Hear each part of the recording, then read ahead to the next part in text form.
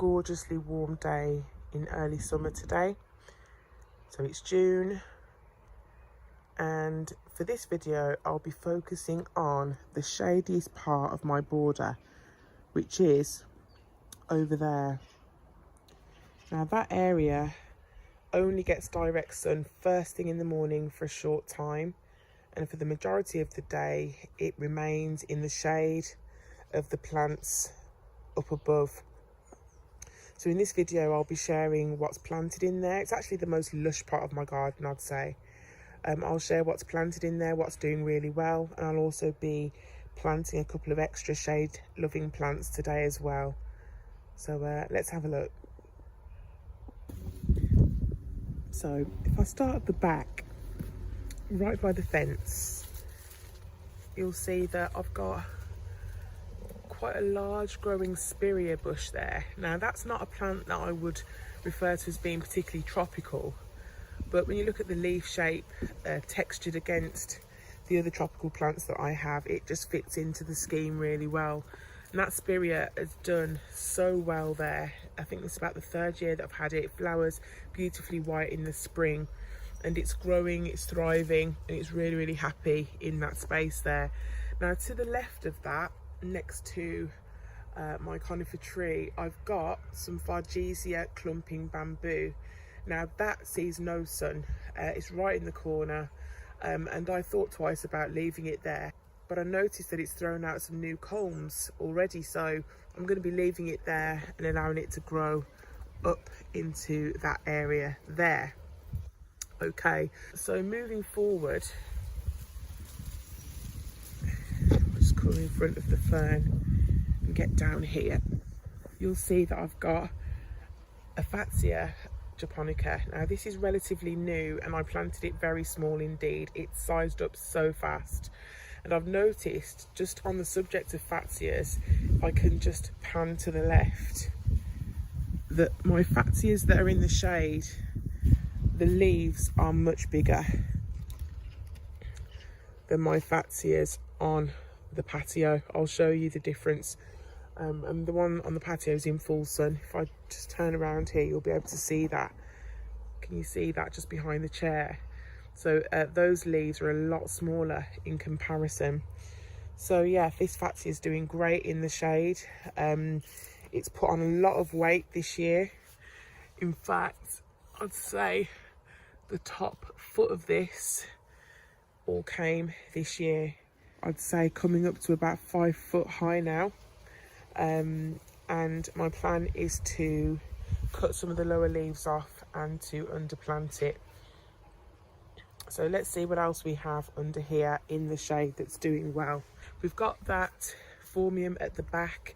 That was a lot larger before winter of 22, so that's taken a hit, but it's not died. We've still got new leaves coming out of that, but it's been happy in that corner ever since I planted it there, so I've just left it there, and it doesn't seem to be bothered by the fact it doesn't get a lot of sun.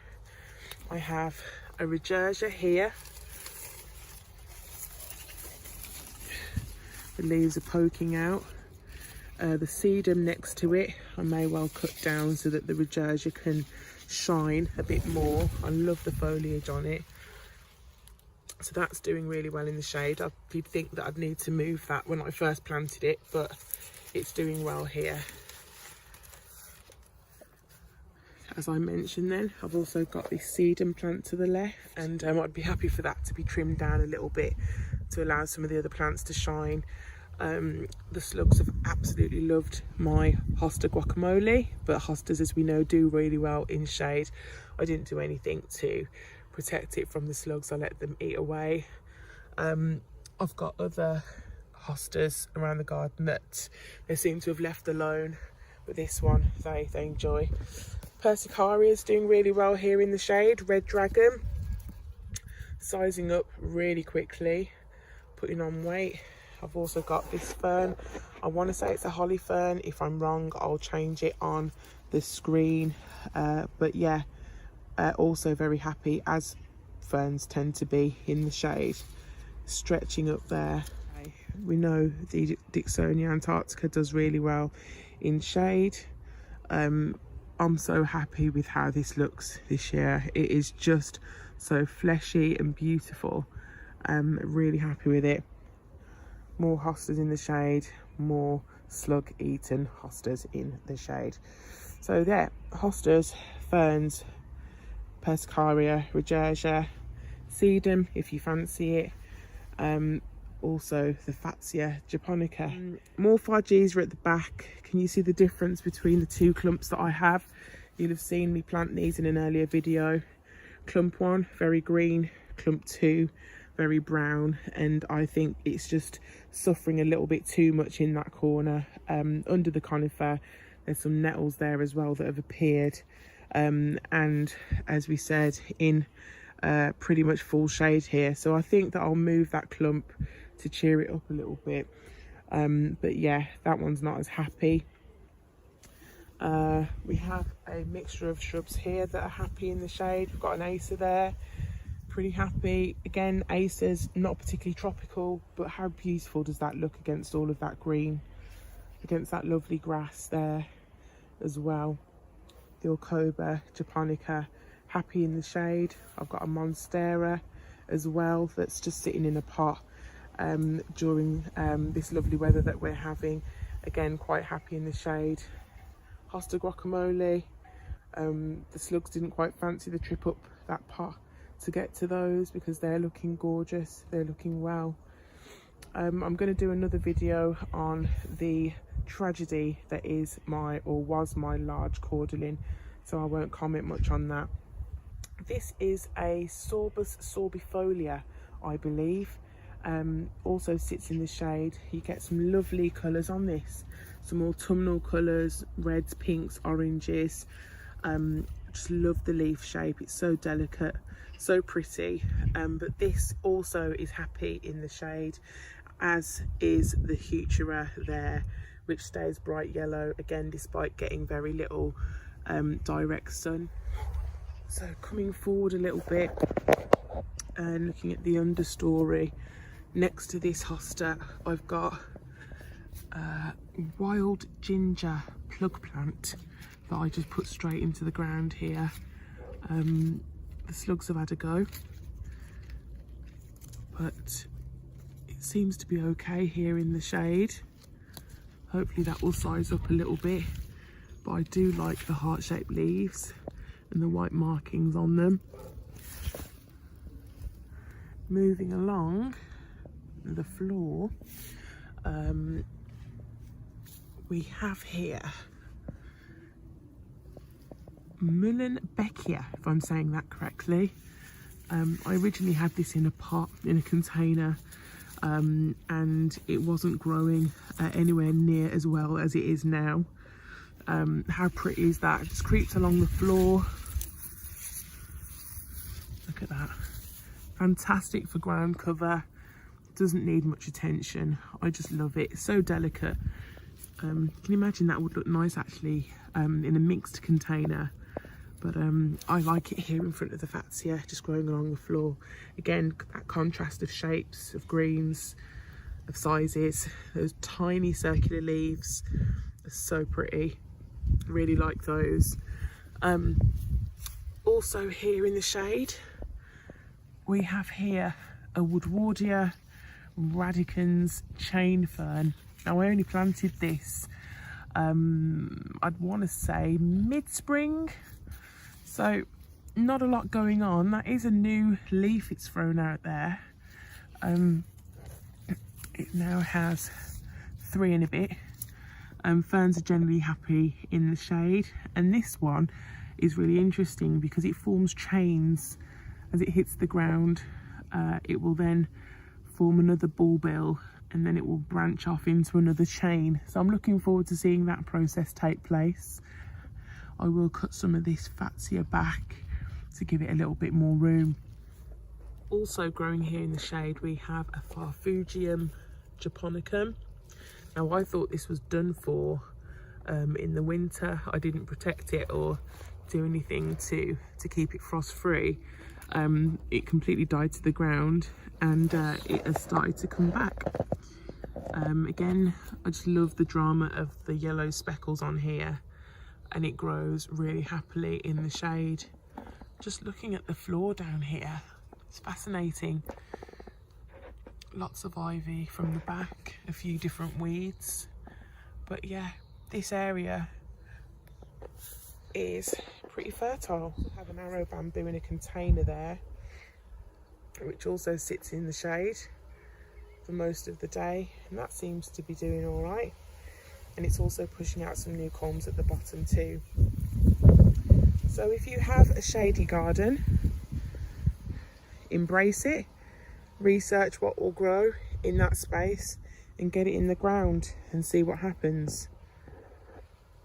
Okay, so I have some new shade plants to go in. Let's have a look at those.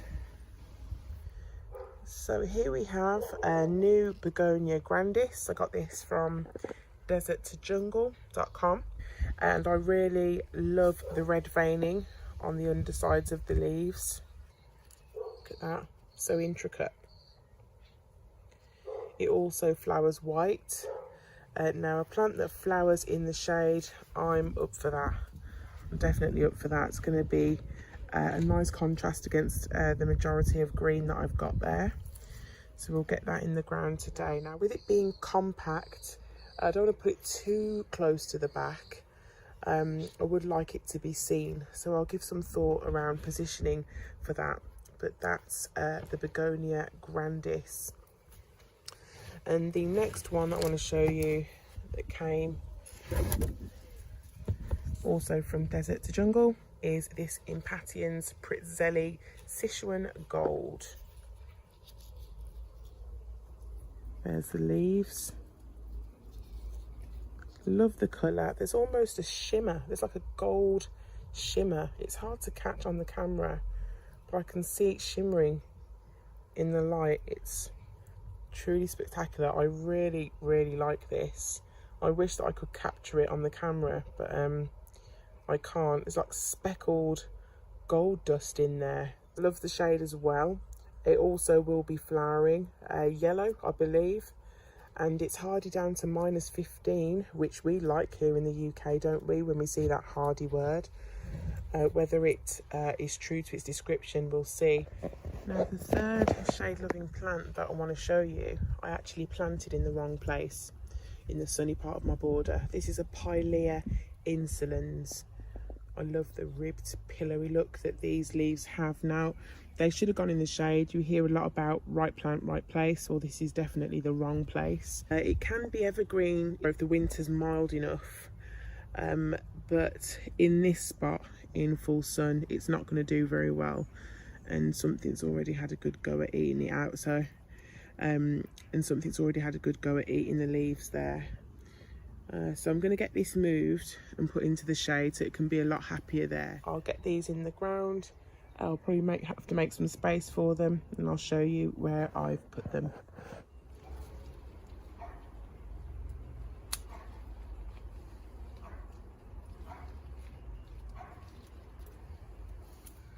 So I went ahead and planted the Pilea under the Fatsia. So that will fill out this gap here. It will probably bulge out a bit to the sides. I can accommodate it. The sedum I'm not too precious about, so it can go in there. And the Impatiens Sichuan Gold I've placed there in that space. Again, I don't know how much it will size up. We will see. I'll keep it at a size that I'm comfortable with under the Chimerops or Chimerops there. So all that's left is the begonia. I'll show you where I'm putting that as well. So I've ended up planting the begonia grandis in the middle of a border. I'll see how that sizes out. If it's too big, then I'll move it back. And if it gets lost there, then I'll bring it forward. At the moment, it's here behind my butia. And between that and the rhododendron Swillehensi, I can never say it properly, but yeah, there it is. I will do another video sharing about this plant. It is magnificent. As you can see, it's pushing out some new leaves at the top. They look like tongues almost. They're gorgeous. Anyway, I digress. There's the begonia grandis in, and we'll see how it gets on its new home. It'll get Mostly shade there, a little bit of sun towards the late morning, but it should be all right there. Looking forward to seeing how that grows and seeing it flower as well. Will be lovely. So that's my shady planting done for the day. Begonia grandis in Pattians, Sichuan Gold. I love that there. And then finally the pilea under there.